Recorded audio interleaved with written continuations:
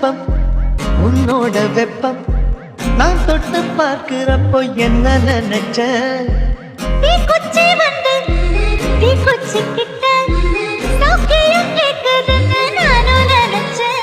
உன் கண்ண குழி முத்தம் வச்ச என்ன நினைச்ச இஞ்சி பொடி மீது ஒண்ணு கேட்க நினைச்சேன். என் பேராச நூறாச கேட்கையை அடித்த மல்லி நீ என்ன நினைச்சடி